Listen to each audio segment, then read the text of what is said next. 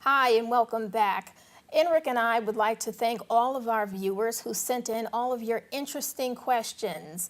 Two of the most interesting questions that we received this week were actually about family caregiving and caregiver burnout. Jane from Queens writes, "My father's lung cancer is at an advanced stage and he still insists on smoking. I haven't seen him do it, but I see cigarette butts on the ground directly outside the kitchen door every morning when I stop by to help my mother take care of him before I go to work. He smoked for over 20 years, and now his illness has destroyed our family financially and emotionally. His cigarettes cost $84 a week. It is an added financial drain on our family. We are all very angry. How can we address this situation without expressing hostility towards him? We realize that he is very sick and we do not want to hurt his feelings." I think that this is a very important question to bring up about relationships, because family caregiving is all about relationships. The first step that I would take in this matter is to approach your father with love and respect.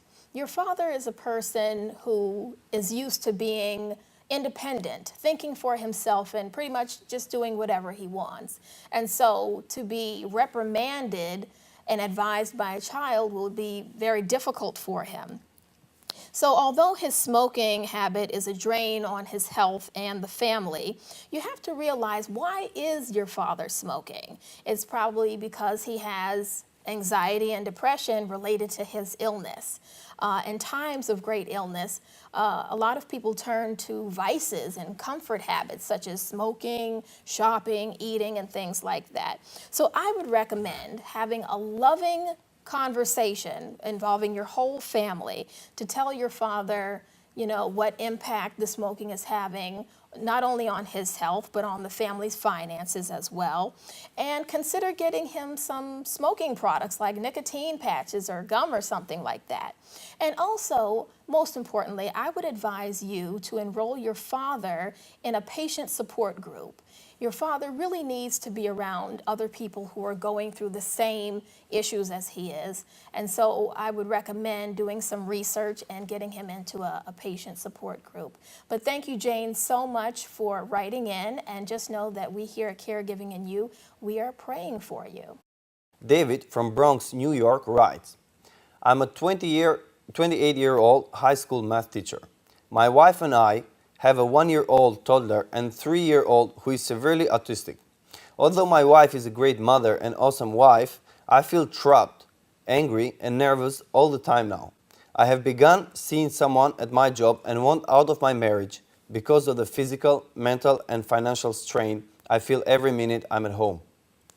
Things would be better if my wife would consider putting our son in a residence for those kinds of kids. Any word of advice you could give me on the most painless way to live?" Thank you, David, for writing to us and asking advice from Caregiving in You. As our TV show is all about caregiving, I would say that thinking of a way to leave from your family is actually not the right thing to do in the moments where your family might need you the most. I think the most tension and the most stress is coming from you thinking how soon and how fast you can leave a kind of situation like this instead of facing it. One of the best things to deal with a problem is not to get away from the problem, but to actually face it and solve it. I suggest that having a discussion with your wife to put your son in a residence where he will be taken care better in such places and will not be a distraction from work or other family things to do will be a good thing. But also supporting your wife and getting to talk to her, explaining to her on how you feel, explaining to her the situation you're trapped in, and also trying to get to understand her is actually the right thing to do instead of thinking to leave because you're seeing someone else.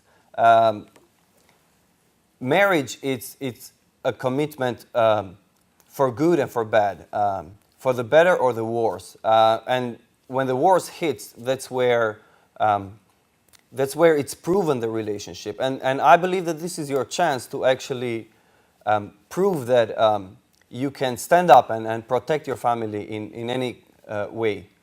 I would also say this, that leaving does not get you out of the problem, because leaving a woman with 2 kids, especially in this situation, will be a very drastic thing for her.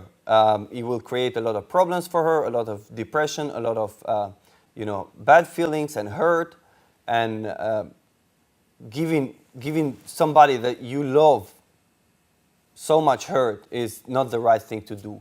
I sincerely believe that this would be your chance to stand up and protect your family more than ever. Let's don't forget that the mother feels the pain as well. She feels a lot of pain for the child. It's not easy for a mother to let the child go into a residence or any other thing to be taken care of. So let's just think in a calm and good way.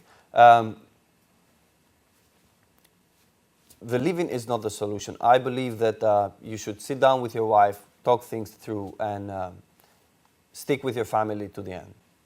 I absolutely love viewer questions. If you would like to send us your questions, you can tweet us and you can like us on Facebook for daily updates. And to send us your questions, you can log on to our website at www.caregivingandyou.info. We would love to hear from you, and we want you to know that you are not alone, and we're always here to listen. Don't go anywhere. We'll be right back.